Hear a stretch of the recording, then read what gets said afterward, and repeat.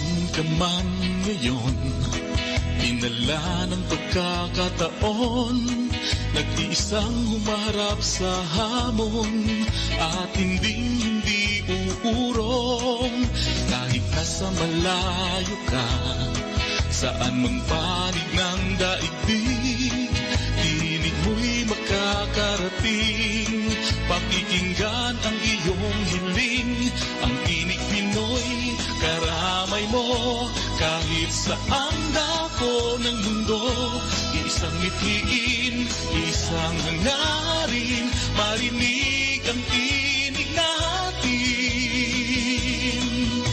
Ugali nating kinagisnan, mula nooy nagtutulungan. Pilipino ay nagkakaisa, sa ibang bansa ay magkakasama.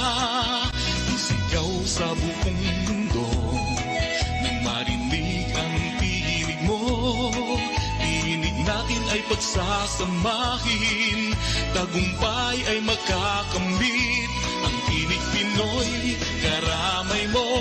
Kahit saan dako ng mundo, isang mithiin, isang hangarin, marinig ang tinig natin.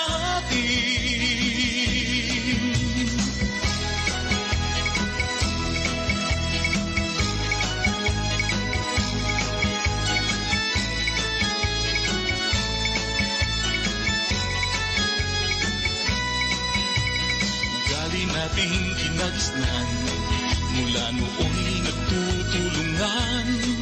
Pilipino ay nagkakaisa, sa ibang bansa ay magkakasama. This is Tinig Pinoy. Tinig Pinoy! Tinig Pinoy! Isang mapagpalang araw po ang sana'y sumating lahat ngayong ika-10 ng Abril, taong 2022. Maraming salamat po doon sa mga so far ay nakatune in na dito sa ating munting palatuntunan tuwing linggo, TalakBayan sa Tinig Pinoy Radio. Isang napakagandang araw po ang bumulaga sa aking kanina paggising ko dito sa Ottawa. Mukhang patapos na talaga ang winter. 7 degrees Celsius po ang temperatura namin ngayong gabi. Although, meron tayong kasama ngayong umaga na hindi masyadong masaya kasi mukhang ang winter daw ay hindi pa sila iniiwan. Tinutukoy ko po ang ating kasama ngayong umaga. Wala pong iba kung hindi ang ating partner sa TalakBayan, Mrs. Dina O'Brien. Magandang umaga po, Aling Dina. Magandang umaga, Kuya Dan, at sa mga taga-subaybay ng TalakBayan. Magandang umaga sa inyong lahat or magandang gabi kung saan man kayong parte ng mundo. Yes, tama po si Kuya Dan dahil ngayong parang tuwing linggo po, dumarating yung yung snow dito sa amin. Abril na po, halos na. Pero ngayon, habang ngayon ako nagsasalita, nag-i-snow po konti. At saka so, talagang every Sunday po yata schedule ng snow sa amin. So, parang sinasabi siguro sa iyo ng nature, Dina, stay home and enjoy Sunday. I know.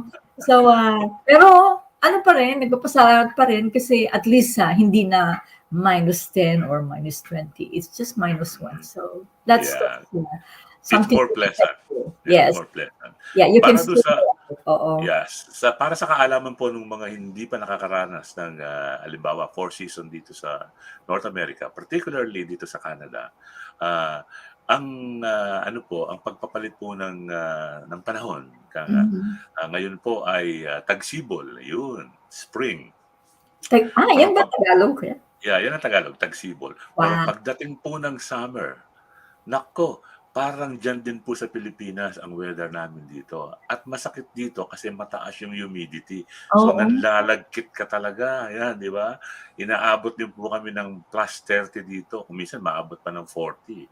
Kaya, wag po kayong managhili. Dahil dinaranas din namin yung init na dinaranas ninyo dyan.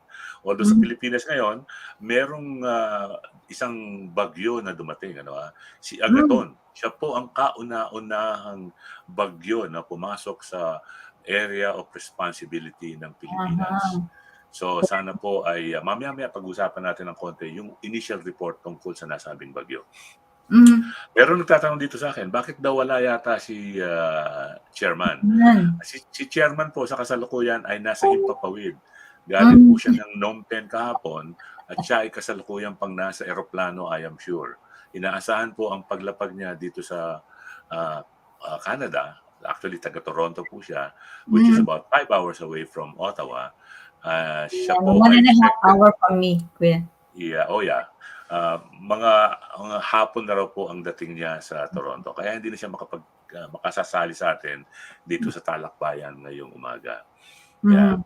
So Dina, kahapon, bisita natin dito sa Tinig Pinoy Special Edition ang butihing ambassador ng Pilipinas sa Canada na si Ambassador Rodolfo D. Robles. Okay. Opo. Ang naging paksa ng usapan namin ay ang pagsisimula ng overseas absentee voting. Mhm. Officially po, ngayon ang simula po ng overseas absentee voting. So Mhm. simula ngayon, yung inyo po mga natanggap na mga voters packages, and I'm talking about yung mail-in, yung Mhm. postal voting. Mhm. Kasi po inadapt na yan sa maraming parte ng mundo kung saan ay maraming mga Pilipino upang mabigyan ng pagkakataon ang ating mga kababayan na bumoto at Mhm. ma-exercise nila yung kanilang karapatan sa Mhm. pagboto. Alam naman natin na karamihan sa mga nasa ibang bansa ay nasa mga malalayong lugar yung Mhm. mga Pilipino, lalo na po yung mga kasambahay. So, ginawa ng paraan niya ng Pilipinas through a legislative order, naging batas. So, Mhm. ang ating pong mga kababayan, including ourselves dito sa Canada, ay nagkaroon ng pagkakataong bumoto, Mhm. okay, sa mga national positions. Wow. Yan. So, I have a little clip of yesterday's Conversation. broadcast or live stream with the good ambassador. And I'd like to share this para malaman nila yung konteksto ng pinag-usapan namin kahapon. Okay. So give me a little while Mhm. so I can share my screen. Mhm. Right, let's see. Okay, share screen, and there you are. And then we will play this. Yun. Yan, Yeah. bubuin natin para makita ng buong-buo yung screen natin. Yan. Yan po si Ambassador Rodolfo Robles. Overseas absentee voting. Yan po ang paksa natin ngayong umaga. Mhm. Sir Ambassador, malapit na po ang halalan. May 9 is about 30 days away. Marami po kaming natatanggap dito sa Tinig Pinoy, Mr. Ambassador, na mga katanungan. Particularly po kung ano daw po ang kanilang gagawin. Sila ba yung magtutungo sa embahada para ikas ang kanilang balot, or meron ba silang hinihintay na katulad ng nalaman nila na merong mga mail-in ballots? Ang comment po ninyo, Mr. Ambassador. Well, unang-una, salamat for this opportunity to explain what this voting is all about. Salamat, Kuya Dan. First thing they should think about is, are they registered? Because if you did not vote the last two elections, then your name will be taken out by Comelec in Manila. Okay. So if you're registered, then the voting should start by April 10 to May 9, Okay. up to 7 p.m. Opo. And the voting, by the way, as you wanted to know, is about, they call it postal voting. Yung mga botante ay siguro ay hintayin yung tinatawag na voting package na padadala sa kanila. Opo. And then pipila pa nila according to instructions. And then they can mail it back to the let's say, because we have 4 voting centers. Opo. We have one in Vancouver, Calgary, Toronto, and Ottawa. Okay. And by the way, there is also we're also covering some voters from Bermuda. Okay. About Wow. 150 voters are there. Ba, hindi masyadong malaki pero importante ang bawat boto, ika nga. Lalo na sa eleksyon ng mga senador. Opo. Ito pong balota na ito, Mr. Ambassador, kailan po inaasahang matanggap yan ng mga registered voters? Well, from voting time, which is April April 10. 10 April 10 up po. to May 9, may-receive nila yan, and then they can send back. I see. So, after filling up according to instruction. So anytime between tomorrow hanggang sa ika-9 ng Mayo, pwede nilang hintayin yung kanilang mga ballots Yes. from the mail. I see. Uh, So ipapadala po yan sa regular Canada Post or will it be sent via FedEx, UPS? Pag natanggap nila yun, meron ng return envelope yun, bayad ng mga selyo. So, all they have to do is fill it up, close it, and mail it back. I see, okay. Bayad So- na yun, wala nang gastos yun. Oo. So maganda palang balita yan. So wala nang kailangan gawin kung hindi fill up the votes. Is there something that guides them on how to do it, lalo na sa mga first-timers? Meron po bang mga procedures na nandoon sa pakete? Merong instructions kasama ron. But dun sa website ng ating embassy, meron dong mas detalyadong instructions. Maraming pages. So, all they have to check is yung website. May mga instructions pa ron na siguro mas marami kaysa doon kasi yung padadala siyempre package yun Opo. hindi masyado makapal. Okay.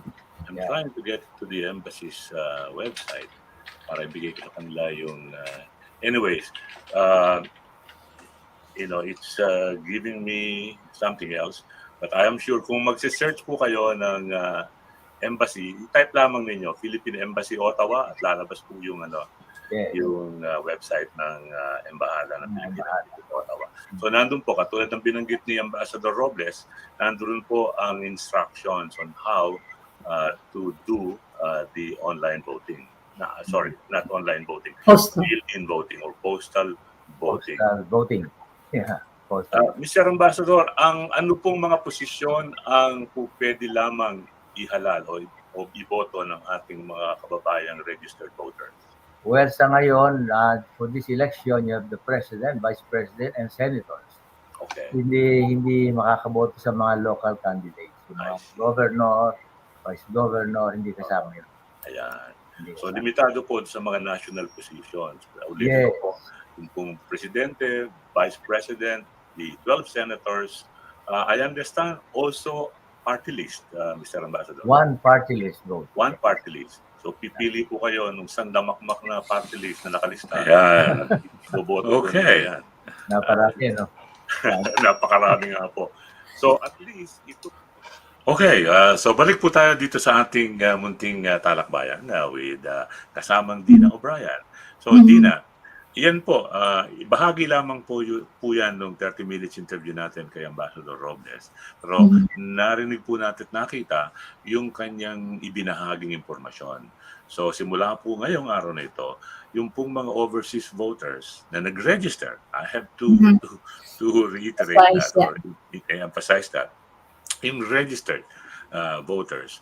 At kailangan po kung kayo ay nakaboto na at least isang beses in the last 2 elections. Kasi kung kayo po sa nakaraang dalawang eleksyon, noong 2016 at saka 2019, hindi kayo bumoto, mawawala po kayo, tatanggalin po kayo sa listahan ng mga registered voters. So kung kayo po ay nakaboto, please, ang dalawang national election, you will receive a voter's package. Okay? The package po na yan ay matatanggap ninyo galing sa koreo. Okay. Although ang usapan po namin dito ay tungkol sa Canada, overseas absentee voting, ito po ay applicable anywhere in the world kasi yung procedure po pare-pareho. Okay? So, pagkatanggap po ninyo yan, meron na pong kasama yung sobresilyado. Okay, pipilapan lamang ninyo yan, pipiliin ninyo ang inyong mga piniling mga napusuan sa mga kandidato. Ito po ay para lamang sa presidente, vice-presidente, yung 12 senador, at saka isang party list. Isa lang pong party list. Okay? At napakahaba po nung listahan. I think there are about 175 party list candidates. So, suriin po ninyo mabuti bago ninyo itik. Kaya kailangan po, tawag ito, shade ba? Shade. Hindi ko maisip yung pangalan, yung tawag sa Tagalog eh. Yung shade. Shade po ninyo yung bahagi sa harapan, yung meron pong maliit na square doon or circle, shade Oh, po ninyo yan. Okay? Isa lamang po ang pipiliin ninyo sa pagka-presidente, vice-presidente. Wala po kayong isusulat ng mga pangalan kasi naka-imprenta na po doon sa mga balota yung mga pangalan at saka partido. mga numero pati. Yeah. Yeah, mga numero po nandiyan dyan. Yeah. Mhm. So, ganyan po gagawin ninyo. Pagkatapos po ninyo, hindi, paalala, wag po kayong magdodoble, wag po kayong magdadagdag ng dalawang party list. O kaya, pinili ninyo, naglagay kayo ng sobra sa isang shade, sa isang posisyon, madi-disenfranchise po, mabovoid po yung inyong balota. Sayang yung Sayang po yan. Pinaghirapan ninyo yan, sayang po yan. So, pag napila pa na po ninyo, ibalik nyo sa nakalakip na sobresilyado, okay? At email out ninyo po. Yeah, Ngayon, yeah. during our discussion with the ambassador, naitanong ko sa kanya, paano po kung hindi natanggap yung balota in time? Halimbawa, bispiras na ng, let's say, ngayon na, no? Abril na, wala ka pa rin natatanggap. Well, ang payo po niya, tawagan po ninyo yung embahada kung saan kayo nandoon. Okay? At kung kayo po ay rehistrado, sabi po ni ambassador, you will be allowed naman to cast your vote. So you can go to the embassy if you have the means, o kaya accessible sa inyo yung embassy o kaya yung polo, at hindi po yung embahada at saka yung mga consulate. Yan. Kasi po isa lamang kasi ang embassy sa bawat bansa, yung pong mga extensions, mga consular offices po yan. So pwede po kayo makipagtalastasan sa mga yan para nang sa ganon ay may tanong ninyo kung paano kayo makapagboboto. Okay? Ngayon, kung halimbawa natanggap ninyo, medyo late ng konti, at kung ipapadala pa ninyo uli sa koreo, it will take time, lalo na po kung kayo nasa isang lugar na ang postal service ay napakabagal, then, again, pwede po kayong magpunta sa embassy or sa consular office ng Pilipinas at pwede po nyong i-drop off yung inyong balota. Okay? At yung pong balota na yan, pag natanggap na ng embassy, ay sila na mismo ang magsusubo doon sa VCM or Vote Counting Machine. Okay? So, sila po ang gagawa niyan. Pagkatapos po nung, I think, 7:00 ang sinabi ni Ambassador. So, ang palugit po sa atin para maipadala natin at matanggap nila sa embassy or sa consular office yung ating balota ay 7:00 ng gabi ng 9 ng Mayo. Okay? Pagka lumampos po yan, disenfranchise na yung boto ninyo. So, siguraduhin po ninyong matatanggap ng embassy yung inyong balota bago mag 7:00 ng Mayo 9. Okay? So, the day ng election. Yeah, sa day po ng election na yan. Kung kayo po, halimbawa katulad ko, meron akong access sa embassy at sinabi naman po ni Ambassador, sabi niya, we allow people, sabi niya, to come and observe if they want. Apparently, meron din palang mga poll watchers, yung mga major parties, halimbawa ng partido nung Robredo, meron yung partido ng Marcos, meron po palang mga poll watchers yung mga yan. Allowed pala. Okay, allowed din ang mga observers, katulad ng mga nasa media, katulad po namin ni Dina, ako, pwede po kami magpunta at mag-observe. Bahagi po ng mga mai-report namin yan during our live streams. So, yan po. At the embassy and the consular offices have appointed people, so nangyari ito, parang deputized. Okay, bonded ang tawag ni Ambassador. So bonded po yung mga tao na mamamahala noong pagsusubo ng balota sa mga PCMs. Yan. Para transparent, ganun, kuya. Oo, para transparent at para safe ang inyong mga boto. So sana po nakatulong ng konti itong impormasyong ito para doon sa mga, kasi nakikita ko, halimbawa, yung pong mga katinig natin, may mga nagko-comment dyan, si Grace ng Singapore, nag-aalala siya kasi lumipat siya ng bahay. Okay? Lumipat siya ng bahay. So obviously, kung ipadadala yan ng embassy, halimbawa, sa iyong address, kung wala ka na doon sa dati mong address na yon, hindi mo matatanggap. Okay? So, although sa Singapore, nakita ko na 6:00 pa lang ng umaga, nakapila na yung mga kababayan natin doon para bumoto ng personal. I think Okay. Sunday yata eh. Parang Sunday Yes. kasi nga off ng Yes, mga Sunday. kababayan natin. So, Right. Yeah. So simula ngayon, Sunday. So simula po ngayon. So, pero hindi, I don't know, hindi ko na itanong kay Ambassador kung pwede ka nang bumoto ng ngayon, in person. Kasi ang pinag-usapan namin yung postal voting. Yeah. Yeah, postal voting. So I don't know. Maybe Kap Maru can share with us by means of sending a comment dito sa atin kung papaano nila, kung anong ginawa nila kahapon o kanina sa kanila, no? Kasi gabi na ngayon sa Singapore. So si Maru Canegamor, isa po sa ating mga dakila at hardworking admin, I know. ay nagpadala ng picture. Nakita ko po yung picture. Nakapila sila. Okay. So, sila ba ay bumoto in person already? So, we want to know that. Okay? Kasi ang pinag-usapan namin yung Ambassador kahapon, limitado sa postal voting. Yeah, we did not confirm kung ang consulate sa Toronto ay open ba. Right. Yeah. Kung open sila. Kasi sa usapan namin ni Ambassador, sa 9 ng Mayo, pwede kang magpunta doon to cast your vote. Although hindi nila masyadong ini-encourage ang pagdagsa ng tao. Obviously, because of security and health reasons. Alam naman po natin, meron pa rin pandemya hanggang ngayon. So, at napaka, konti lang naman yung personnel ng mga embassy at consular offices, and at the same time there would be an issue of space. So kung dadagsa dyan sabay-sabay, halimbawa yung 100 tao, kahit na 50 tao lamang, magkakahirapan. Okay, so wag po natin gawing mahirap yan. Okay, so we would love to hear from you, Cap, or sinisita daw yung naka-red or green ng damit, kaya kuya, think ewan lang. Totoo po yan, kasi po pagpasok ninyo sa voting place, ano po yan, hindi po tayo dapat magpakita ng mga bagay na maaaring maka-impluensya sa iba. Okay? Na may tuturing nilang electioneering. Ganun po yan. So, hindi kayo pwede magsuot ng t-shirt o ng mga damit na may nakalagay dyan, let's say, Ping Lacson ako, something like that, or Manny Pacquiao ako, or Robredo ako.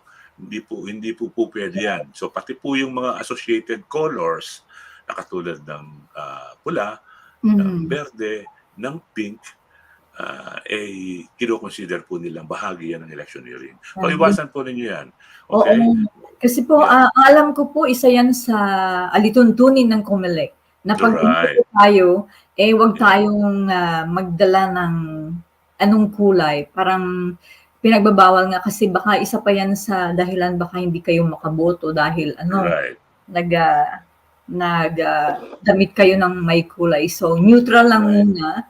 Kasi pwede nyo namang pagkatapos nyo magboto, kung merong mga taong exit poll, doon nyo sabihin kung sino ang binoto nyo, yung mga exit poller. Pero pag boto ninyo, iwasan po ninyo ng magdamit ng may kulay. Kasi it doesn't matter kung yun talaga ang interpretation ng iba, yung magdadamit kayo ng may mga political colors. Yeah. So itong komento na ito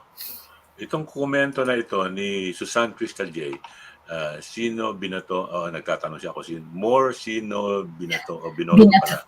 Okay. So, yung palang, itong comment na ito, lumalabas ba na kayo dyan sa Singapore ay nag-umpisa ng bumoto in person? Nagpunta kayo sa voting place, obviously, malamang yan, nasa consular office o kaya sa embassy. Kayo ba ay bumoto already in person? Or nagdala lamang kayo ng inyong mga balota? Gusto po namin malaman yan para sa kapakanan nung marami pa nating mga kababayan na merong mga pertinent questions tungkol sa bagay na ito. Yan. Okay. So, yan po ang tungkol sa ating... At sana po, pilitin ninyong gawa ninyo ng paraan na kayo talaga ay ma-exercise ninyo yung karapatang bumoto. Yan po ay isang karapatan. Okay? It is a right.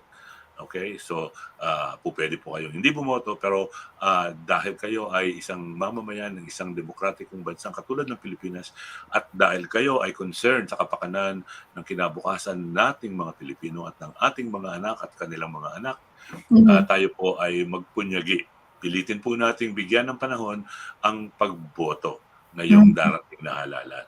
Sagrado po ang ating mga boto at importante po yan. Huwag po niyong maliitin yung kahit na nag-iisa lang boto ninyo. Kasi po, lalo na, halimbawa, sabi nga kayo ni Mr. Ambassador, doon sa mga senatorial voting, abay napaka-importante po niya ng bawat boto. Kasi po, 12 yan at kadalasan po yung mga margins from each other, kadalasan po ay maliit. Tandaan po natin, wala pong piso kung walang isang sentimo. Okay? So, punuin po ninyo. Siguraduhin po ninyong maiboboto ninyo yung inyong napupusuan. At pag kayo bumoto, medyo iboto po ninyo sana yung nasa sa palagay ninyo ay marapat na iluklok sa mga posisyon na nais maglingkod sa ating bayan. Bayan. At saka makakatuwang ng iboboto yung presidente at saka vice-presidente. Yeah. Kasi katulad po ng nakaraang mga ilang episodes na ng TalakBayan, tinatalakay po namin dito nila kasamang Dina O'Brien at Chairman Nacario ang yung may mga kinalaman sa halalan sa Pilipinas. We speak about the senatorial balls and whom among them at yung ano yung mga kwalifikasyon nila sa kanilang tinatangkang posisyon. Sila ba ay marapat o hindi po kami magdi-design yan, kayo ibinibigay lamang namin yung dagdag kaalaman upang matulungan namin kayo in the formation of your selection on whom among these candidates deserve to be voted. Okay, may sagot siya, no? Tingnan natin. Si Maris Kadlawan pala. Akala ko si Maru na ito. Good evening din po sa inyo, Maris Kadlawan ng Pangasinan. Yan. Okay. Meron nagtatanong si Susain kung paano daw sila bumoto kanina. So, inihintay po natin sumagot yung iba and then we will flash it on screen para malaman naman ninyo. Meanwhile, Dina, medyo painit talaga ng painit. Kung makikita natin yung mga rally ng mga political rally or meeting ng mga kandidato, particular sa pagka-presidente, ay nagpapaligsahan sila. Paramihan sila ng mga attendees doon sa mga rally nila, no? Minsan kinikilabutan ako dahil nakikita ko yung mga tao, sabi ko, oh my Lord, whatever happened to social distancing? Papaano na lamang ang health issue na may kinalaman sa COVID kung ganito ang tao talagang siksikan, maramihan, you're talking of thousands, not just hundreds, we're talking of thousands here, and it scares me that this might trigger an upsurge of COVID. In fact, isa din na sa mga kinatatakutan ng mga health experts ay yung posibleng pagsipa na naman ng bilang ng mga positive sa COVID. Ano sa palagay mo, Dina? Opo, kasi I heard somewhere na I think there will be, parang na-anticipate na nila sa second quarter ba ng taon, may observes na may tataas ang cases. Kasi as a result of this campaign, I mean, there is a rules by COMELEC, but then when people are passionate right now, people are involved, umulan, umaraw, they are still there. Right. So parang nakikita mo yung mga tao na they are very engaged sa voting, sa election na ito. Yeah. In a way, that's a good thing, but then alam mo pag ganun na, nakakalimutan na nila yung mga protocols dahil sa excitement. And so I don't know what we do. I'm sure they're aware na may mga alituntunin na pwedeng na tayo mag-social distance, but how can you, paano ba? paano mo maiwasan kung yung passion nila to see there and hear the candidate, na parang naaanuhan na natatakpan na yung safety rules. Right. Dahil Sana, gusto sana, nila gusto nilang marinig yung mga mensahe ng mga right. Oo. tumatakbo. Makikita mo talaga sila dyan, nakikikakanta sila, sumasabay sila sa mga kanta, nakikisayaw sila, sigawan ng sigawan, Ulan, pag imagine. mainit.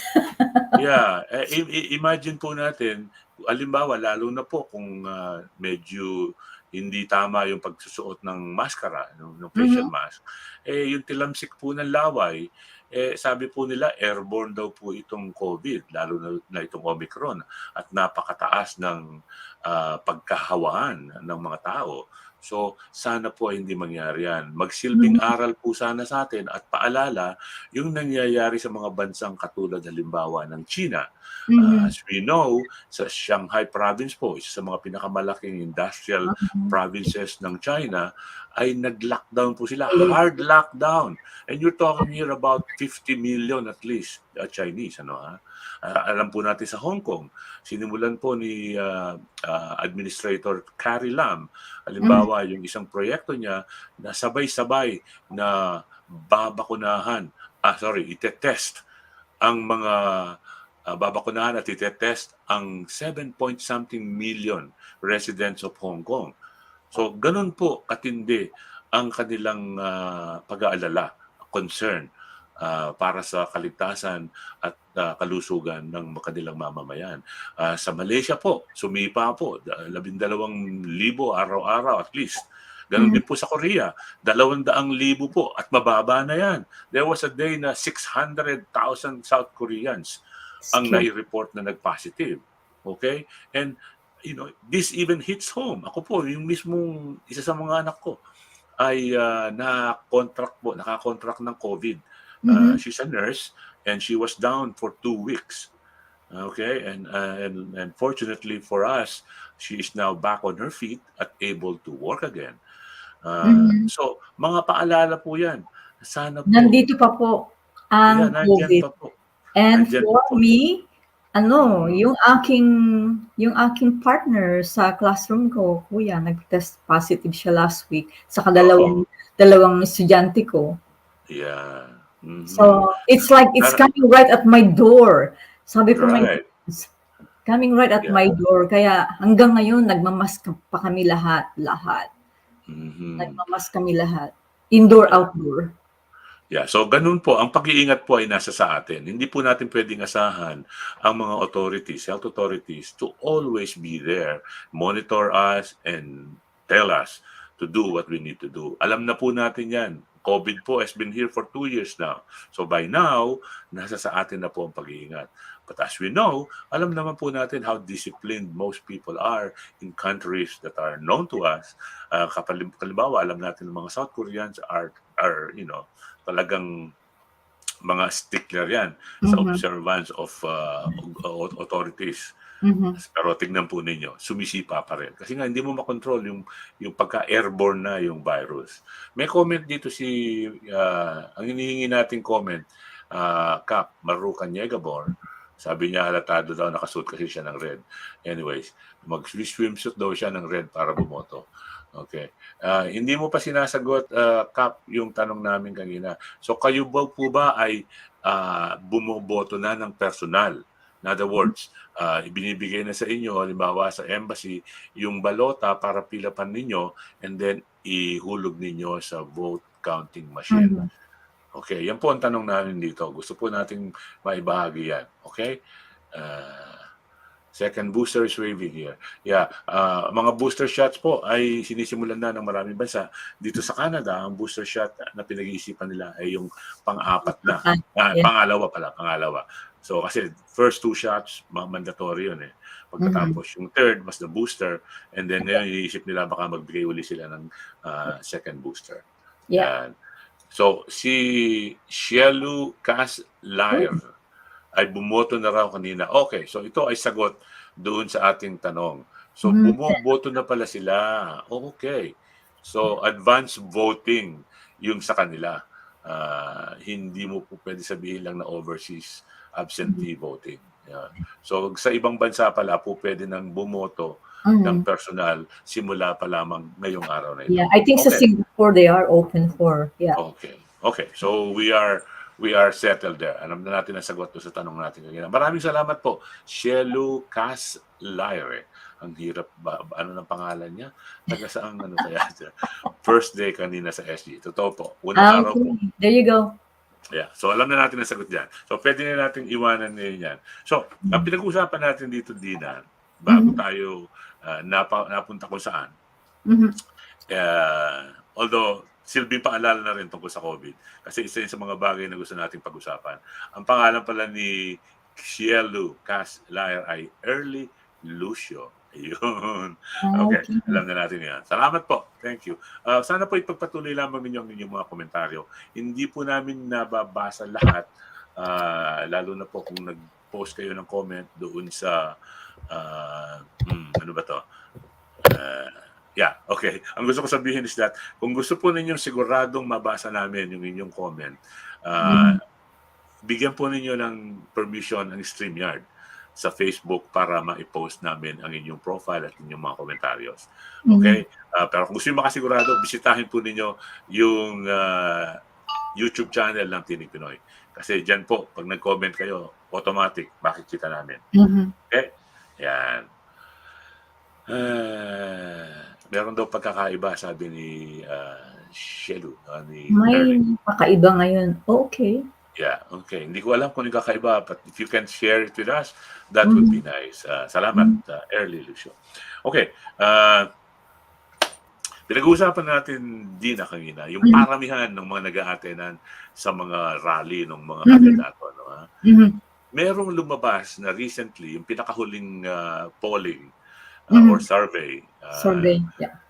ng Pulse Asia. Okay, yan ang pinakahuli. Before Pulse Asia, there was Lilo. Pulse Asia just released, or Publicus also released theirs. Yes, yeah. Pero mukhang consistent dito sa nakaraang 3 polling or surveys ng mga kumpanyang ito, yung lead ng frontrunner na si BBM at saka yung mga sumusunod. Biglang umakyat ng 9%, 9 points, sorry. 9 points yung numbers ni Mrs. Robredo.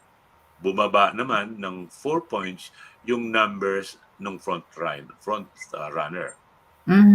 So, may mga naglabas ng mga komentaryo na ito daw ay simula na nung talagang ang tawag dito,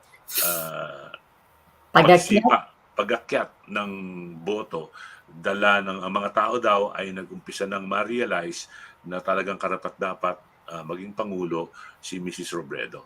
Yan.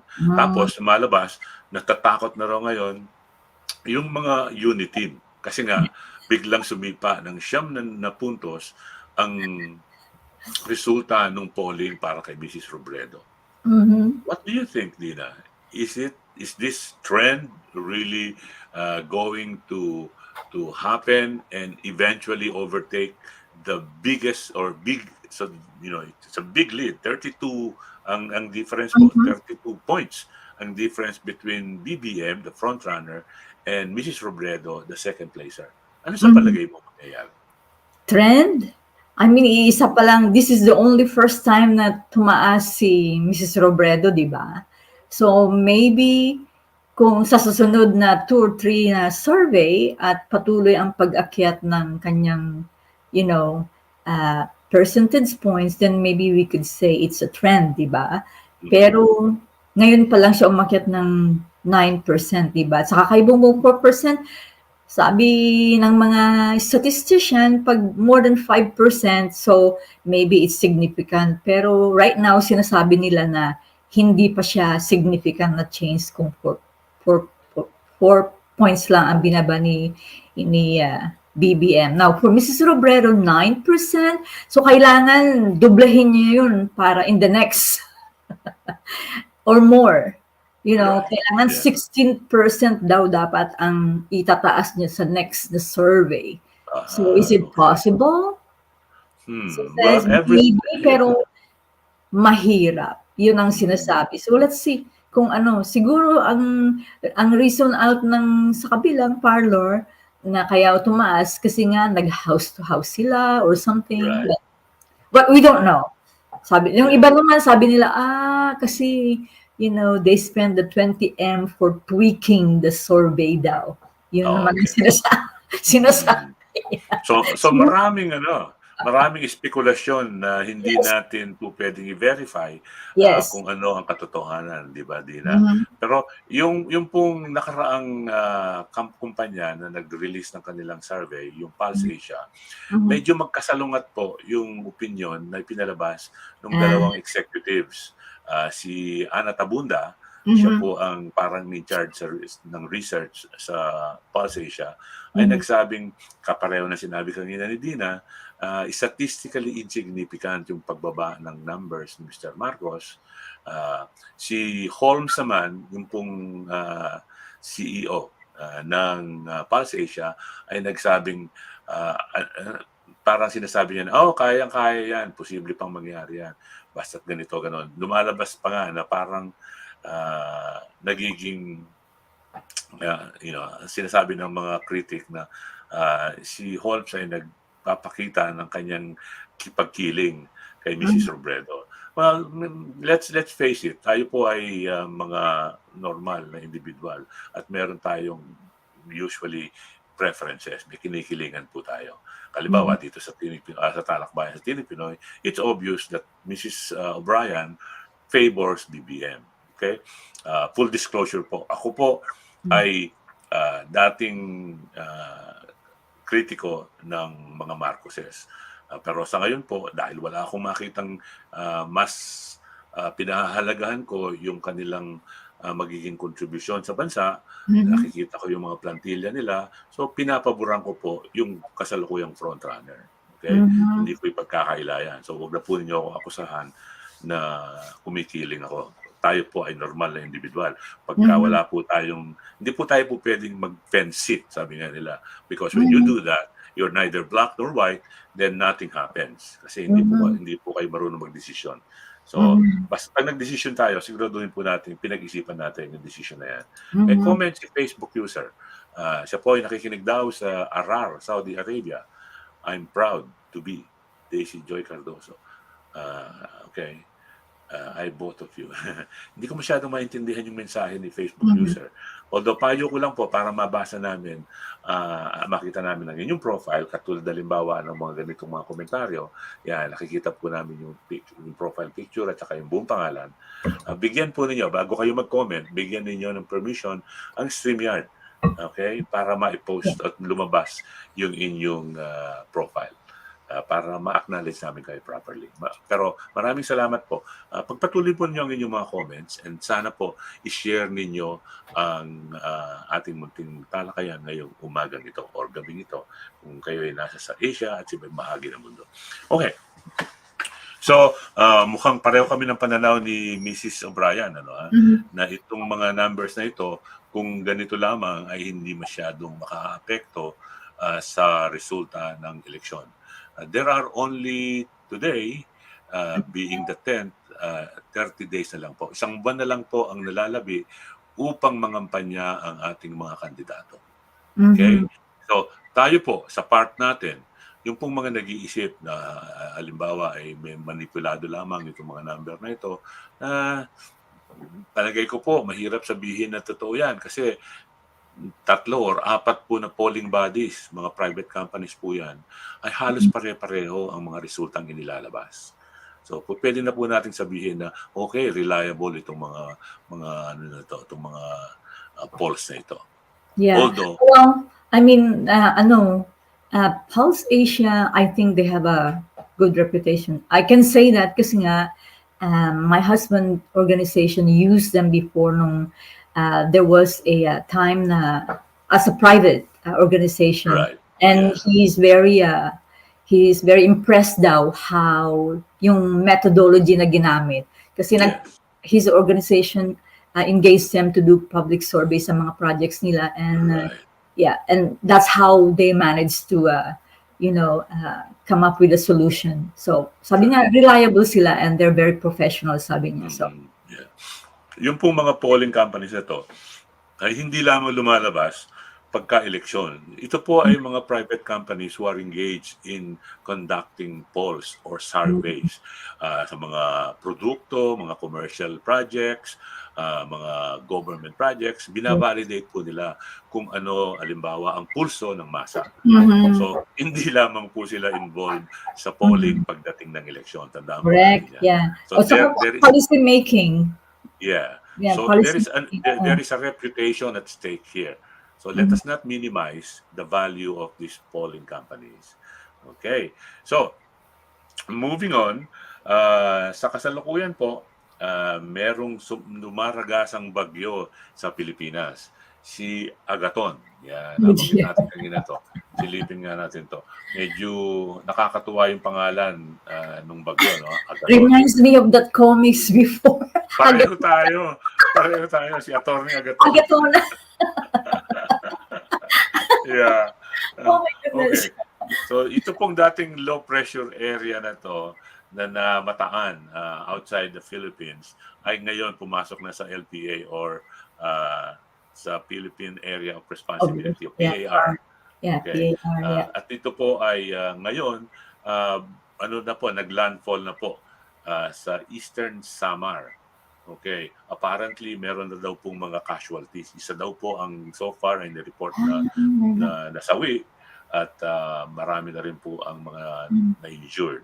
Okay? Marami na pong mga pamilya at individual ang nagsilikas dahil sa nasabing bagyong si AGATON. Agaton, yes. Okay. Yung pong maraming mga areas katulad ng Eastern Visayas, Northern Mindanao, yung pong Caraga region, yung pong Caraga, ibig sabihin yung Surigao area, Agusan, yung pong Davao region, at saka Dinagat yung Bar, Island, yes. Yeah. Yes. ay ngayon nahihirapan dahil sa patuloy na pag-ulan at pagbaha. Okay. Tumama yan kanginang umaga, 7:30 in the morning sa Pilipinas. Ibig sabihin, gabi dito sa atin, kagabi dito sa atin, tumama yan. Okay. So, 70 kilometers per hour at meron po siyang surge na 105 kilometers per hour nang siya po ay makita dyan sa may Eastern Samar sa Giwan. So, maano po yan? Ibig sabihin po niyan posible pong makapaminsala ito ng gusto. Can you imagine 105 kilometers? Okay, That's medyo mataas po no. yan. Yeah. Parang pwede man i-categorize ng almost 4, level 4 na. Signal Sana naman ay hindi pa makarating sa ganyang level kasi hindi pa nakakabawi ang maraming bahagi ng bansa, Dina, dahil kay Typhoon Odette, di ba? Katatapos lang ni Odette So sana naman po ay hindi pa ganun ang mangyari dyan. In fact, yung pong Davao Oriental, particularly yung town ng Katiil, dyan sa Davao Oriental ay nag-declare na po ng state of calamity dahil po sa patuloy na pagtaas ng tubig. Bahang-baha na raw po ngayon sa Katiil. So kung kayo po ay nakikinig, nanonood, or kayo may mga kamag-anakan kayo na nandiyan sa mga areas na yan na tinatamaan sa kasalukuyan ni AGATON, paalahan po natin sila. Iba yung pag-iingat po. Okay, yung mga nakatira sa mga coastal towns, medyo bantayan po ninyo at umiiwas na tayo sa mga ganyang problema. Yung mga nakatira sa malapit sa mga bundok na kinalbunan ng mga loggers, iwas na po tayo dyan kasi yung patuloy na pag-ulan po pwede pong mag-initiate dyan ng landslide. Okay, ingat na po tayo. Yeah, saka kung meron pong evacuation, wag na pong mag-atubili. Right. Yeah. Huwag na po magtigas-tigasan ng ulo kasi kung minsan yung mga tao because they want to ayaw iwanan yung kanilang mga tahanan at mga propiedades they are taking a risk Huwag na po natin hintayin dumating pa ang trahedya. Buhay muna po. Mas mahalaga Buhay po. Yeah, totoo po yan. Salamat din sa paalalang yan. Napakahalaga po ng ating kaligtasan, ng ating kalusugan, at siyempre ng ating buhay. Ayan. Let us for a while acknowledge ang mga attendance sa atin ngayong umaga. Maraming salamat kay Cap Maru Canyegamor for posting our attendance banner for today. Diyan po, kasama po nag-attendance si Ace Kenshin ng Bahrain, si Jennifer Takut Implica ng Singapore. Hello, Jennifer. Catherine Molina Kabuag ng Riyadh. Si Adnila Sor Alday Baking ng Qatar. Si Darius de la Cruz. Ang ganda pangalan, ano? Siya po ay nasa Quezon City sa kasalukuyan.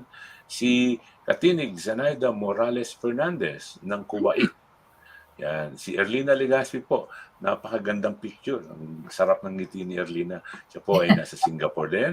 Si Josie Projero ng Laguna ay nandyan din po. Ang gaganda ng kanilang mga badge. Ano? Si G. Calerao ng Bohol. Yan. Si Elsa Martin ng Isabela. Si Myra Caniedo. Alright, hindi sinabi ko nasaan siya. Si Arabella Luisa Moya ng Baguio City. I know that lady.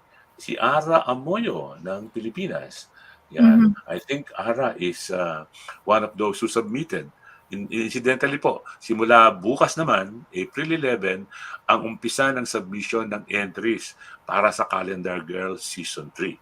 Yan. Nakita ko parang meron na nag-submit. I think Ara Amoyo is one of them. Okay, Nice. Si Ruth. Yeah, and she's very pretty.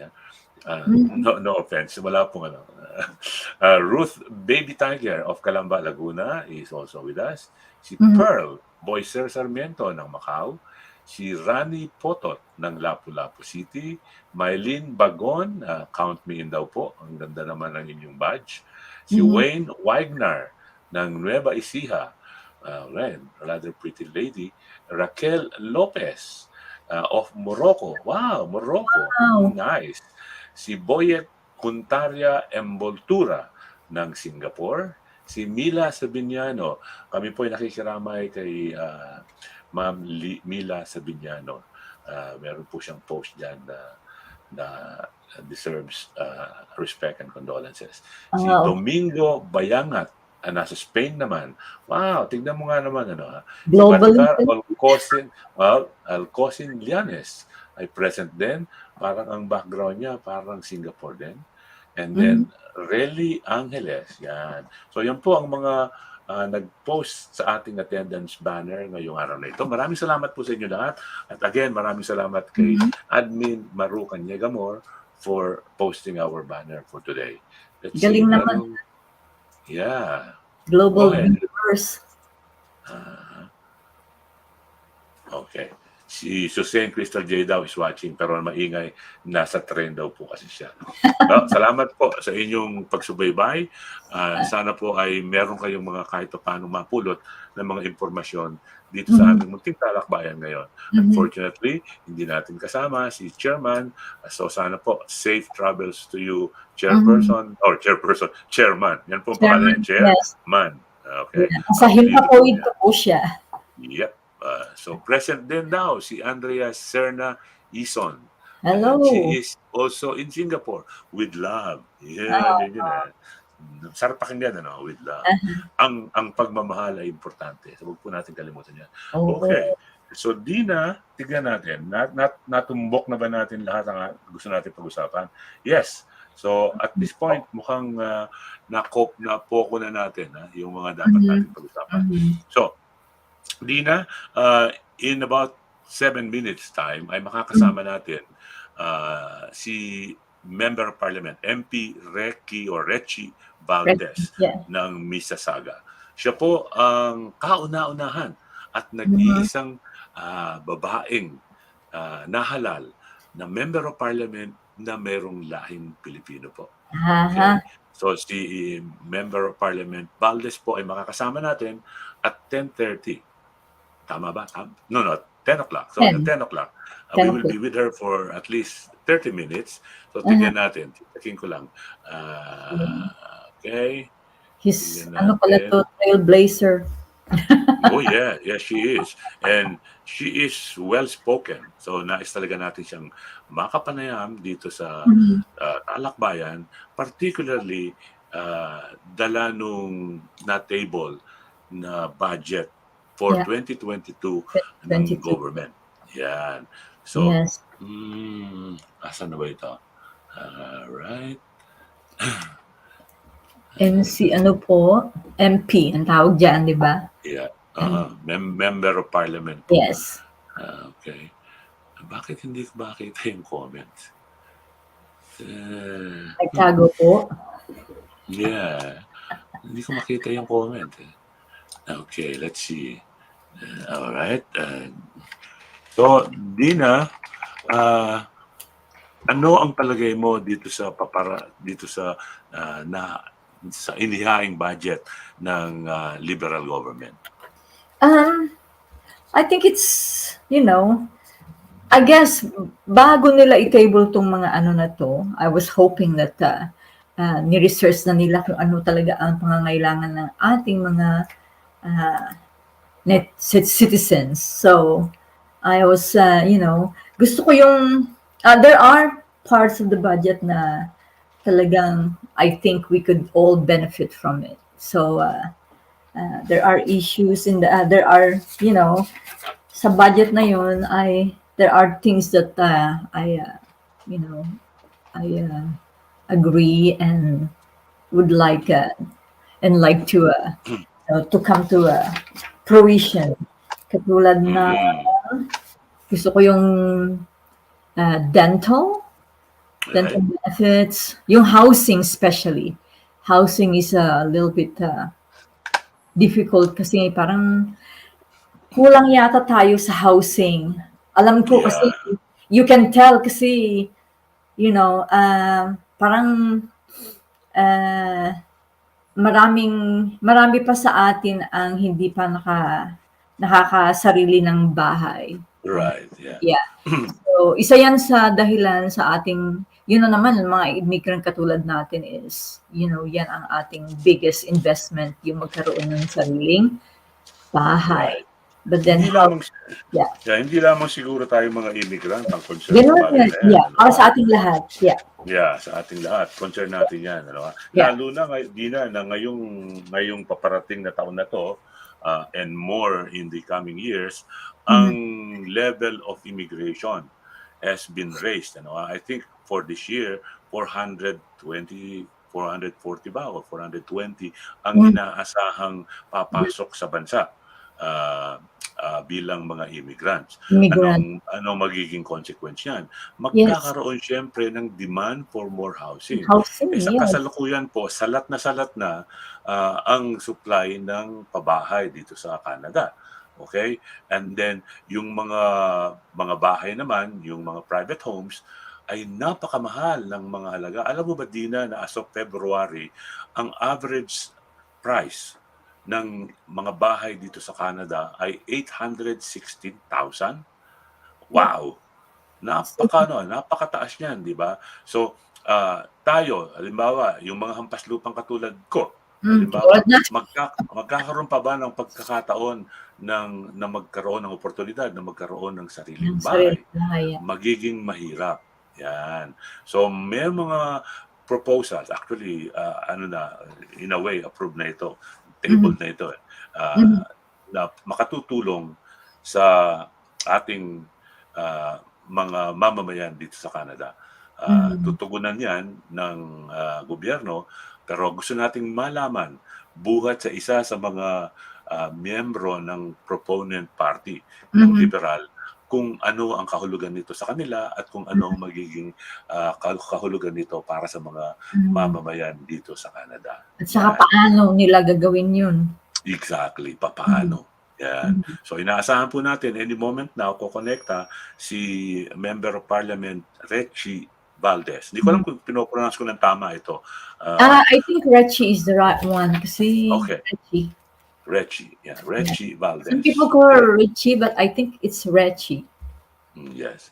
Okay. So gusto nating marinig galing sa kanyang mga labi kung ano ang mga planong ito at kung paano ito i-implement ng gobyerno. Yan. So meanwhile po, maraming salamat po sa inyong patuloy na pakikinig at panonood dito sa TalakBayan sa Tinig Pinoy Radio. Kung kayo po ay nasa Canada, kung kayo may mga kilala nga dito sa Canada at hindi pa nakakaalam tungkol dito sa paksang tatalakayin natin in the next 30 minutes, pakiabisuhan lamang po ninyo Kayo pong mga kababayan naman natin na nandito sa Canada sa kasalukuyan, whether you are in the East Coast or South or West, Mhm. kung concerned po kayo, samahan po ninyo kami ngayon. And you can send in your comments or questions if you have. Questions, yeah. And hopefully, our guest later on will be able to provide the responses that we Mhm. all hope would satisfy our inquiries. Yan. Mhm. Yeah. Okay. Sa Pilipinas po, patuloy po ang pag-iingat dapat nating mga nandiyan dyan sa mga lugar na kasalukuyan ay tinutumbok ni typhoon AGATON. Okay. Opo. Sorry, At kung sumasama naman po kayo sa mga rally, mag-mask po kayo kasi Yan. wear your mask. Mandatory po talaga yung mask. That's the only way. Kasi nga, yung mga tao dikit-dikit na tapos nagsisigawan pa. So the only way you could protect yourself is, wear a mask po. Mhm. May comment dito si Andrea Sernaison. Mm. Sabi niya, Ate, I went to the Philippine Embassy here in Singapore to cast my vote. Okay naman at smooth kasi I have appointment. Ang only issue ko po ay yung ballot box po kasi kasya yung daliri ko sa pinaguhulugan ng resibo for my vote. Worried lang po ako baka yung inulog ko ay mag-gut palabas o mapalitan. Oh, I see. Well, hindi po namin sinasabing hindi tayo dapat mag-alala. Okay? But the securities for your ballots have been in place. Meron pong mga watchers dyan, yung mga representante ng mga partido na involved.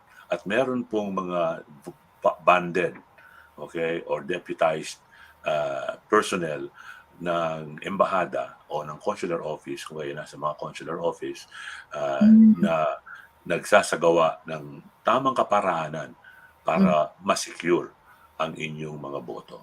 Okay? So, wag po kayong masyadong mag-alala.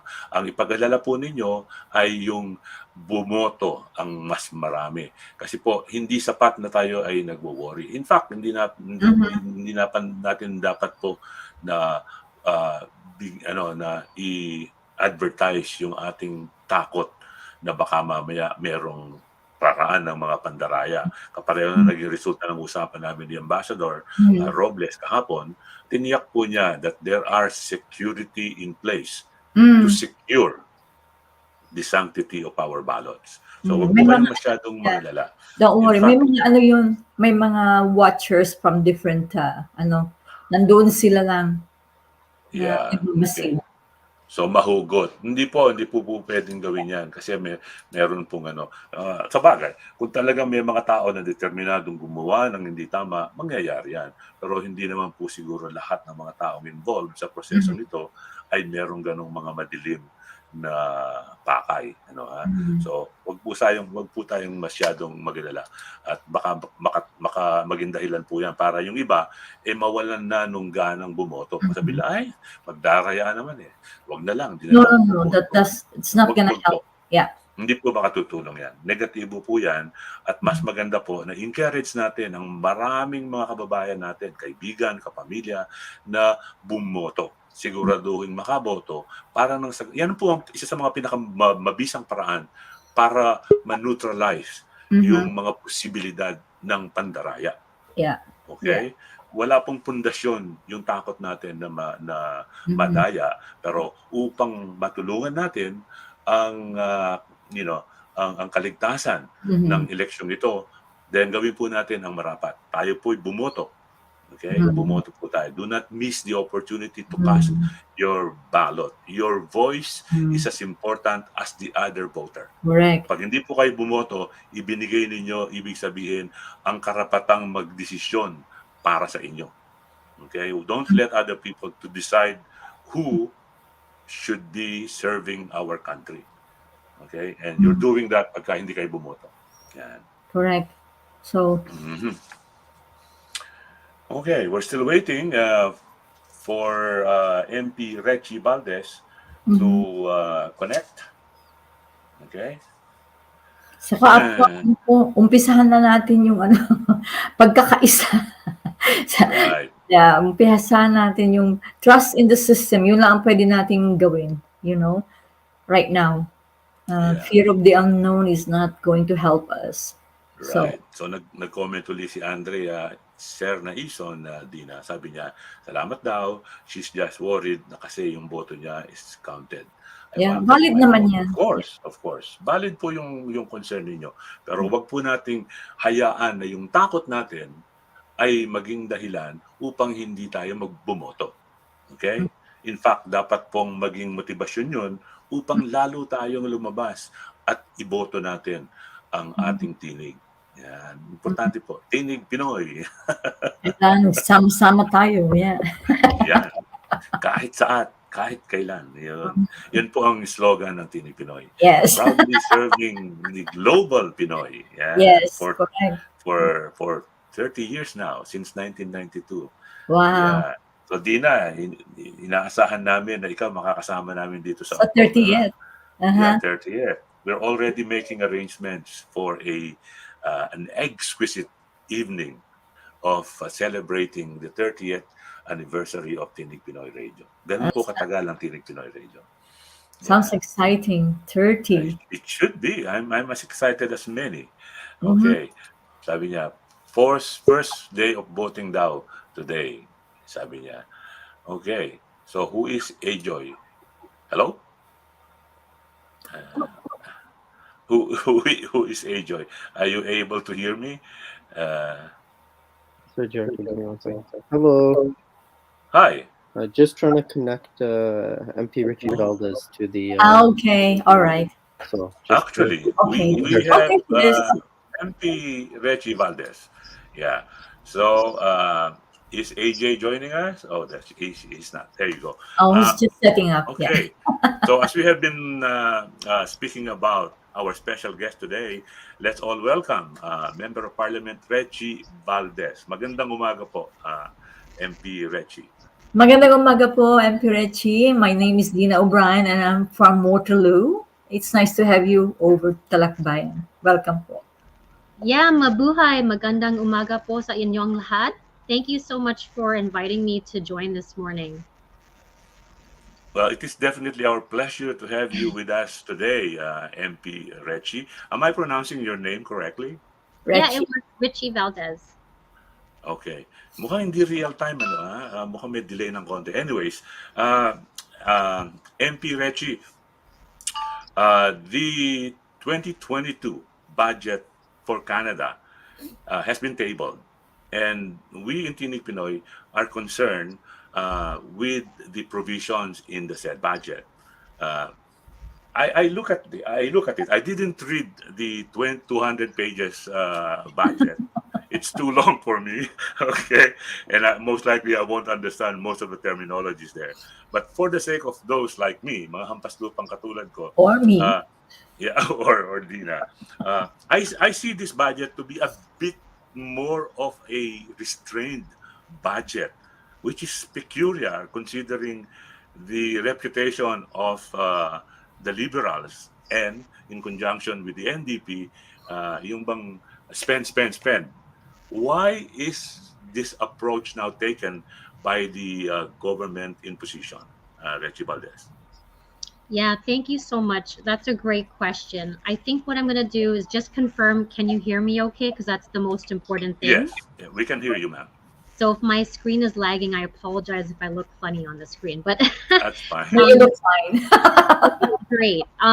So just to answer your question, so to summarize, you're saying that typically from an expense perspective with a budget, usually there's a lot more liberty. But I just want to add some context that the reason the budget was this way is that just keep in mind that we are coming from a 2-year pandemic, unprecedented 2 years, where we really need to make sure that our government was there to focus on jobs and keeping Canadians employed during those 2 years. And now the budget, as we enter 2022, is recognizing that we've made those investments into Canadians.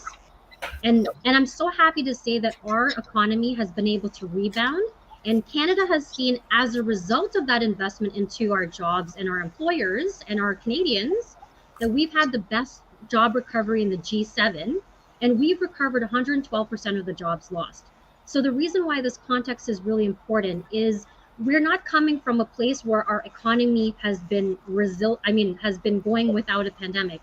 We got hit with the pandemic. So now the decisions we're making are one where we're ensuring that we're making the right investments and we're making more prudent decisions because we're coming from that space. And we want to really be very targeted as far as where we're putting our investments going into the future. So it's just keeping in mind that we've just gone through this 2-year pandemic. And so we're also being very mindful about where we're spending that money and making sure that it's going into the best possible places for our economy, for our Canadians, and to build a stronger economic future for us.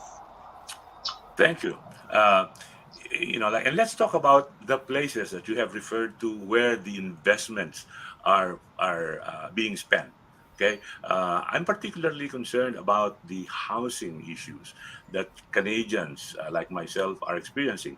The prices of private homes have escalated, and apparently, based on a survey in February of this year, the average cost of a single home is 816,000 pesos, which is far beyond the capacity of people like myself and also the young people whom we are concerned about to afford and have as their own. I was about to speak in Tagalog. Sorry, I know you don't speak Tagalog. Okay. What exactly is the plan of government to address this issue of problems in housing affordability for our people? Yeah, that's a really great question. So essentially, there's 3 main areas of investment. The first one is really about investing in Canadians and making life more affordable. And then in terms of affordability, Canadians are the backbone of our economy. And so we are really providing support to those 2 major areas, which is housing and growing our workforce. And since you've asked me about housing, I'm going to touch on that a little bit more. So our goal in this budget, you may or may not have seen, is we are really focused on doubling construction over the next decade because we really need, in order for us to afford houses, we need to ensure that there's houses available to purchase. And we're really trying to focus on protecting buyers and renters. And we will help renters become buyers because there's that really, Canadians want to be able to have that transition to go from renting to buying. And so some of our investment will include scaling up to the rent-to-own projects across Canada, including a 200 million in dedicated support under the existing affordable housing innovation. Essentially what this means is that we want to be able to empower renters to eventually become homeowners. And also we want to think about, like, I remember being a first-time home buyer. I'm picturing myself being in a place where, as a first-time home buyer now, we need to really invest and take care of those first-time home buyers. And how we're doing this is that we are going to introduce a tax-free home savings account. This is great because imagine you can save 40,000 tax-free funds going in or funds coming out. That's all tax-free. I didn't even have that luxury when I was a first-time home buyer. That will certainly help, and we're also going to double the first-time home buyers tax credit to 10,000, and that will really support home buyers who are purchasing their first homes. Right. I remember having borrowed against my RSP just to be able to get enough money as my down payment for the home I was buying then, and I'm truly happy to hear from you and to learn that this new program, you call it tax-free first-time housing plan, where you so 40,000 is the maximum amount that an individual can invest without being taxed, and then without being taxed again or without withholding when you withdraw it, because in an RSP you are tagged with the withholding tax and at the level you are withdrawing. In other words, if you're withdrawing 5,000, you get tagged with 10% withholding and above. So this is a good thing, but I understand this is only limited to a certain age of our population. Is that correct? It's as long as it's your first home, meaning you had never owned a home before. Does that make sense? Okay. For some buyers, then. Yeah, first time home buyers. Okay. So it doesn't matter whether you are 40 years old or 65 years old. No, some people can only, some people are only coming into the market in their 40s. Some people are in their 30s, and some who are privileged who are coming into it into their 20s. So there isn't an age like a limitation. It's more, again, back to making sure it's your first home. Hmm. I see some problems there. And I hear this, and I think it's a good plan.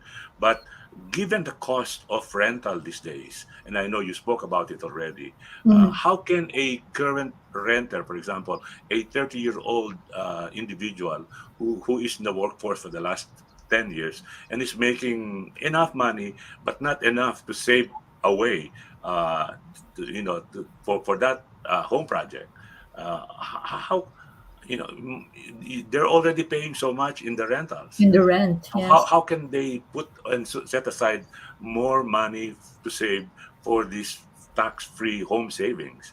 Uh, shouldn't the government address first the issue of supply in the market of enough rental properties? Because Mhm. here in Ottawa, it's so difficult to get an affordable rental property.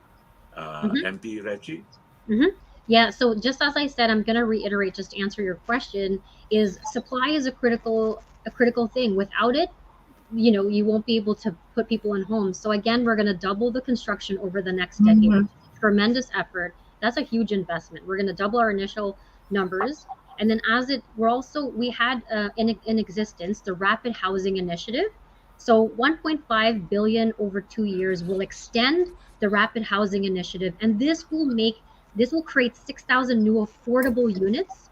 And affordability is key here. And 25% of that funding will go towards women focused housing projects. And this is really important because you want to be able to create as many homes to have the supply there ready. And then I just want to connect it back to your question around rent to own.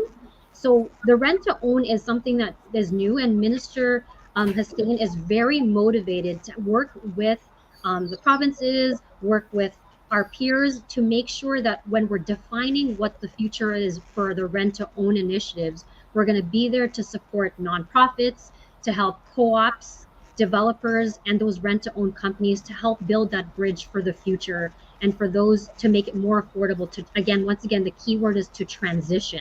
To get you from being a renter, you're already paying rent, we're going to transition you to become eventually a homeowner. Wow. Oh, okay. So, sorry, can I have a Of course. question.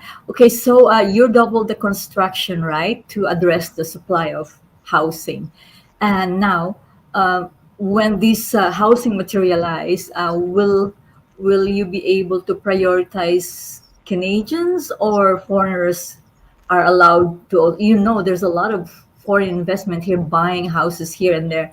I know in my region in here most big houses are or single houses are being bought by foreigners. So I was hoping that this new construction, Canadians will be given priority. Yes, it's definitely the intent. It's really trying to protect the homes for Canadians who are here as opposed to foreign buyers who come in and drop dollars and then all of a sudden they've taken first dibs, and then for those of us who are here don't have that opportunity. That's certainly part of Minister Hussein's priorities, again, to really curb those foreign investors who come in and kind of swoop in and take everything. Yeah, it's more of an speculation on their part. And this is the reason why the cost of houses have really escalated. I mean, we know the story of Vancouver, of Toronto, where the prices of houses is simply exorbitant to be afforded for by the common man like Mhm. ourselves. Uh, uh, you're talking about the foreign investors who gobble up these housing projects, the vacant lots for their future projects.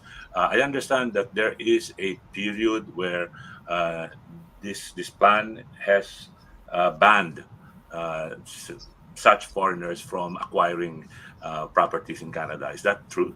That's correct. So it's we're really trying to curb those types of situations from happening, because that we know that that is actually what's making prices, it's contributing to the price increase for us Canadians.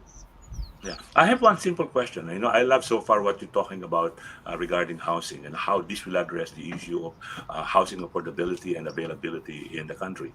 What is the $500 one-time payment? What is that all about? Yeah, so I can just share some information. So the $500, are you talking about from a housing perspective? Right. So what I'll do is I'm going to confirm the details of that and make sure to get back to you. But the main focus today was more to share our larger investment as it pertains to supply. But I'll get back to you on that particular question. But you know what I wanted to share? I actually just got off a plane to come back home. I came from Winnipeg and Manitoba, and I just wanted to share some feedback that I got there, which was really interesting. Which is that what we're finding is that Filipinos are actually creating like they're living together in multi-generational homes. Okay. Yeah. And this has become so popular because they want to almost cluster together and build little communities together. And I actually love that. And so what we're trying to do is in this budget, I'm happy to say that we're introducing the multi-generational home renovation tax credit. So what's really great is it's $7,500, and then we can support the construction of that secondary suite for a senior or adult with a disability. And it was so nice to hear that that's what Filipinos are doing there. And I'm sure that Filipinos are also doing that here in the GTA. Okay. That's Now, great. Multi-generational. I know some friends of ours because they have senior parents and they didn't want them to put in the nursing home. So they Exactly. living together and they put Yes. a nice room for mom and dad to stay. So that's great. Yes. So just those are one of the things that I heard this past weekend while I was there. And just to reinforce that for us Filipinos, that's what we want to do. We like to take care of our family. We want to be there for them. So I thought that was just something I really wanted to share because that's something very special that we want to make sure to continue to support. yeah, and I agree. That is a very important project that I think resonates very well among Filipinos and among Asians. We know how close we are and how tight we are as a family. Napakagandang proyekto po yan. Dina, earlier before MP Rechie joined us, you were talking about your concern or questions about this dental care program. Would you like to speak about Oh that? yes, I see there's a dental care benefits, and we would like to know who can access this, and the nitty-gritty detail who can access this sort of dental benefits, if you may please. Yeah, so this one excites me because even I know myself, like dental care is critical. So I'm a big advocate. You might see this on my social media, but I'm a big advocate of taking care of our oral health because oral health, is a larger part of our overall health. And so what we're doing is we're recognizing, our government is recognizing, but that investment of 5.3 billion will go to Health Canada to provide dental care for Canadians with family incomes of less than 90,000 annually. So we understand that there are Canadians out there where, as we talked about, everything is so unaffordable these days that they won't end up prioritizing their dental care. It's almost something that they won't even think about. But yet dental care is such a huge component of our overall health. And so that investment will be there to support Canadians who are really, not, having a really tough time stretching their dollar. And this is going to really help provide that type of support for them. Yeah, although my kids are now grown-ups, I know how important and how expensive dental care is all It about. is, Uh, yes. my perhaps I'm asking more for details by this question. Is there a cap on the allowances provided for this to this dental care program? Yeah, that's a great question. In terms of a cap, it's more just going to be as long as you are, again, your family where your income is less than 90,000 annually. What we're doing is really there to help. We're prioritizing children, so youth, because those youth need that dental health care right at the beginning, and then also families and seniors. So we're really prioritizing that for them. But the nuances of this plan, we will continue to, we've made a budget for it, but the nuances of the plan we'll be able to communicate over time. This is just us allocating the funds so that we are ready to provide that type of support. Okay, so I guess the services, the services will be just prophylaxis, maybe just Yeah, I think they're going to be those, because every Canadian should be really getting their appointments to get their dental care checked at least once or twice a year, right? Like that's really critical. Get your teeth checked. So I think it's really going to be supporting them going in to make sure they're getting their dental care checked. But again, the nuances of those programmings we'll be able to announce later. Okay. Understood. Yeah, my question was more for details, and since you said that the nuances would be discussed more in details later on, then we respect that and we will await. Kasi I was about to ask, meron bang cap sa mga orthodontics, because that would be an expensive procedure. Underwent those processes, and it cost me an arm and a leg because I was not covered by group dental insurance. So yes, correct. I just got my crown too for my crumbling teeth. Or old teeth. And it costs an arm and a leg. My daughter Cassidy also just had a major surgery as well, so I completely understand. You get hit with these things, so these are all great questions, and we'll continue to revisit that over time as we start to roll out the programs across Canada. All right. I think this so far what we have discussed, the housing budget, the dental care benefit program that the Liberals are about to implement. These are wonderful and addresses issues that are very, very close to our heart. Now, how about the issue of defense? Now that Ukraine, for example, has somehow cost countries, democratic countries, and those concerned about peace, this definitely would cost more money for governments who are supportive of campaigns against the aggression of a country like Russia. Is there any plan that has been included in the budget, MP Rechie? Yeah, so from a defense perspective, I'm happy to share that given the current situation that is very dire for the Ukrainians, my heart actually I'm going to take a moment to say my heart continues to go out to all Ukrainian Canadians who are watching from here, all the horrific things that are occurring, not too far from us across the way on the other side of the world. All those things are impacting us now. And so our government is continuing to prioritize funds to ensure that we are going to continue to support Ukrainians over there who are fighting.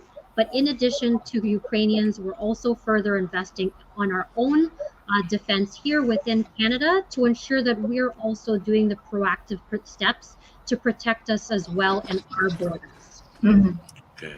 Now, I still had so many questions in mind, but I've been reminded by Jerica from your office that I was supposed to only have you on air for 30 minutes, and I think we're almost there. But I have one question.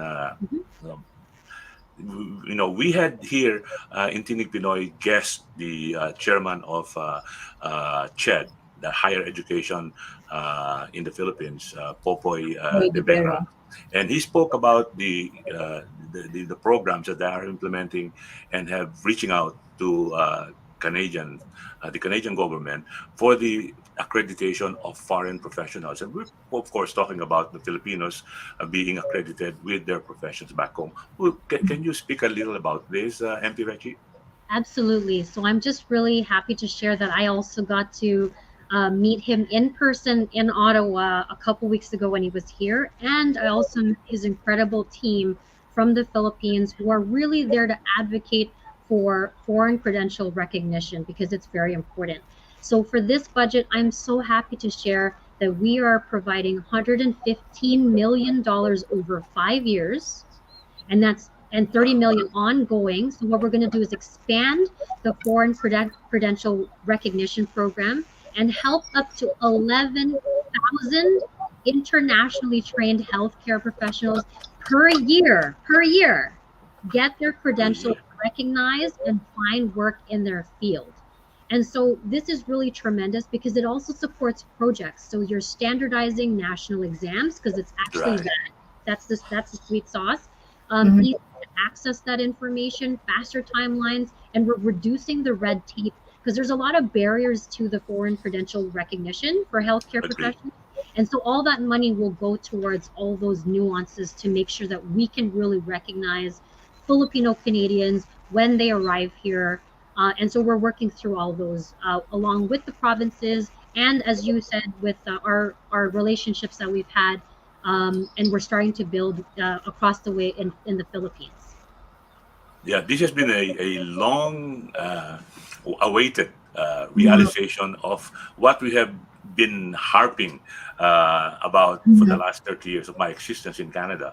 I mean, medyo hindi na ako magbe-benefit. I won't be benefit anymore from it because I'm at the retirement age, so The that's fine. next generation. We're talking about the younger generation. Okay. MP Rechie, there are about 400,000 new immigrants expected to enter the country.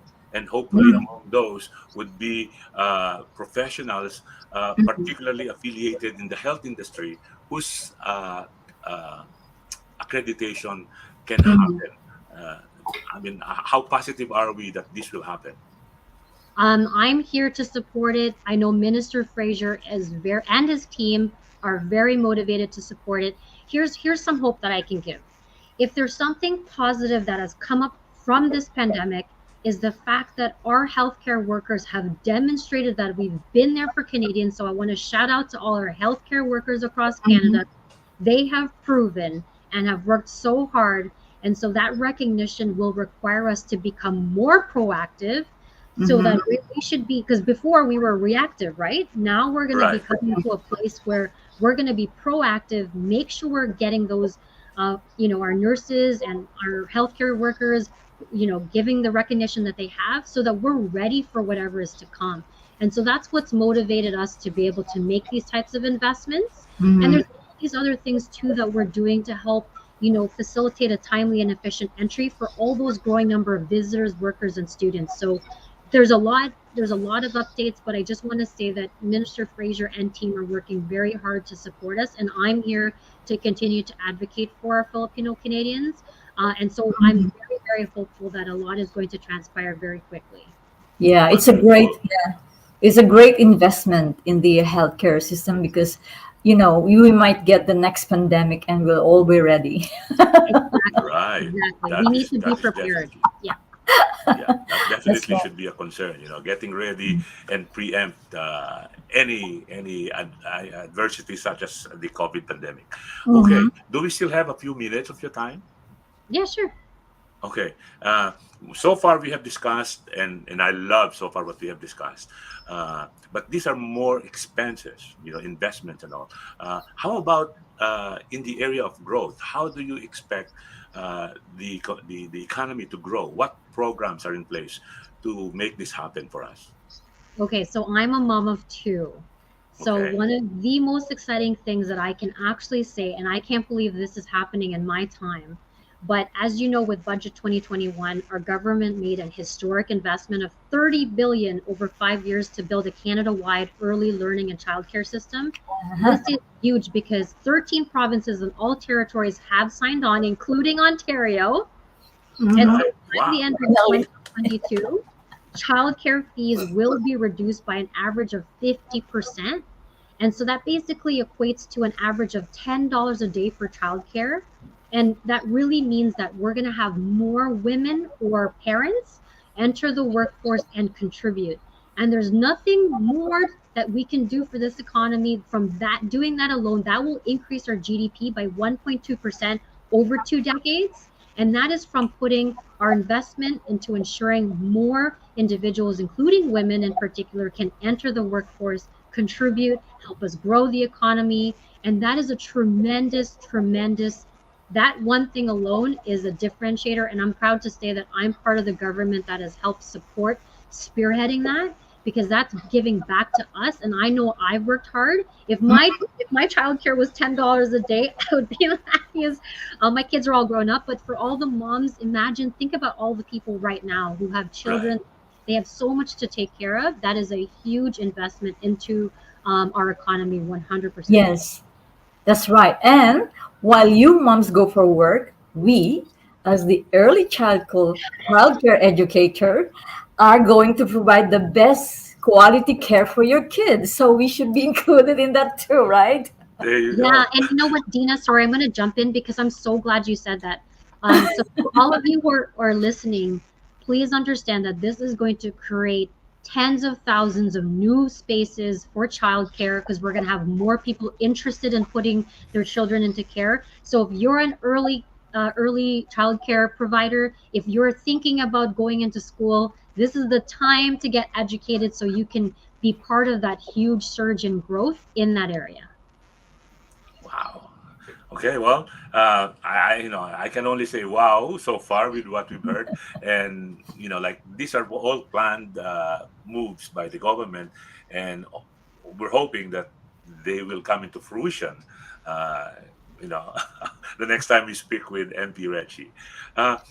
Dina, do you have other questions to our guest? Yes, one last thing. We have a little connection because I read about you. You were born in Zambia? Yes, I was. Oh, well done.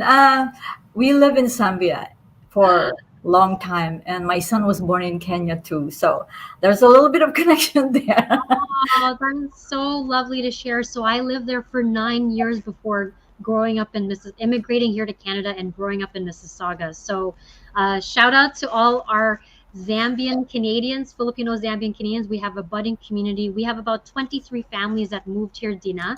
And so I'm one of those families, and I'm happy to say we're all, enjoying where we appreciate what Canada has to offer for us because it's been tremendous for all of our families. That's great. Yes, I miss. We just came in there 5 years ago. That was our last posting. Oh, that's amazing. Well, thank you so much for sharing. I'm glad that we have that connection. I'm a very proud Filipino Zambian Canadian. Well done. Okay. Yes. Well, no, MP Rechie, before we let you go, somebody's asking me here. He sent me a message saying, so she is a Filipina. Yes, MP Rechie Valdez po is a Filipina. So she's asking, pwede ba siya mag-Tagalog? Sorry Yeah, for putting you on the spot. yeah. So I'll do my best. Mabuhay, magandang umaga po. Ang budget 2022 ay sobrang laki. Yeah, so that's all I just want to say. And maraming salamat po. Parang suporta para I've all the love that I've received and supported ever since I started in this role. It's been 6 months. Yeah, maraming salamat po para sa inyong lahat. Sorry, I'm trying my best. Yeah. Good job. So napawaw yung ilang mga nanonood sa kasalukuyan. Wow daw. Good job. Well, thank you very much Good for job. spending time with us, explaining the components of this budget 2022. Maraming salamat po, MP Rechie Valdez. Thank we you for hope your that- time. Yes. Yeah. So before we let you go, is there something that you would like to share with our listeners, particularly regarding this budget of the Liberal government? Yeah, I just want to share that I hope that this is going to be very positive news, particularly in the area of foreign credential recognition. We know how important it is for those who come here to have the recognition, to be seen. My mom, worked really hard, and I watched her work 2 to 3 jobs just to be able to make this work. And it's that recognition that is truly important. So that investment into that, where we're going to bring in 11,000 international trained healthcare professionals, is tremendous per year. And I just want to emphasize how important that's going to be. Above and beyond that, we're here, our government is here to continue to take care of Canadians. I'm excited for what the changes are that we're going to do. And I'm excited to continue to see our economy grow. And to all my kababayans who are out there listening, know that I'm proud of you, that you are all representing us well. I know how hard you're working, and all your contributions is very much appreciated. And wherever I travel in this world, all I hear are very positive things. And so to all of you who are listening, thank you. You make me proud that I get to represent you. So let's continue to work together, to collaborate, to bring the walls down. And I believe our future is bright. Ayan, maraming salamat po. MP Rechie Valdez, siya po ay isa sa atin. Pinay po yan. Sabi nung isa kanina nag-comment, proud to be Pinoy. Yay! Okay, Yay! pagpatuloy po natin ang suporta sa ating kababayang Rechie Valdez at sa kanilang mga proyekto sa liberal government. And again, maraming salamat po, MP Rechie Valdez. Thank you. Thank you. Yeah, Salamat thank po. you. Thank you. Bye-bye. At dyan po nagwawakas ang ating munting interview kay MP Rechie Valdez. Kami po dito si Dina O'Brien at ang ating kasamang si Chairman Nacario ay muling magbabalik sa Sunday dito sa TalakBayan sa Pinoy Radio. Mabuhay po kayong lahat. Mahal namin kayo. Bye-bye. Thank Till next time. you.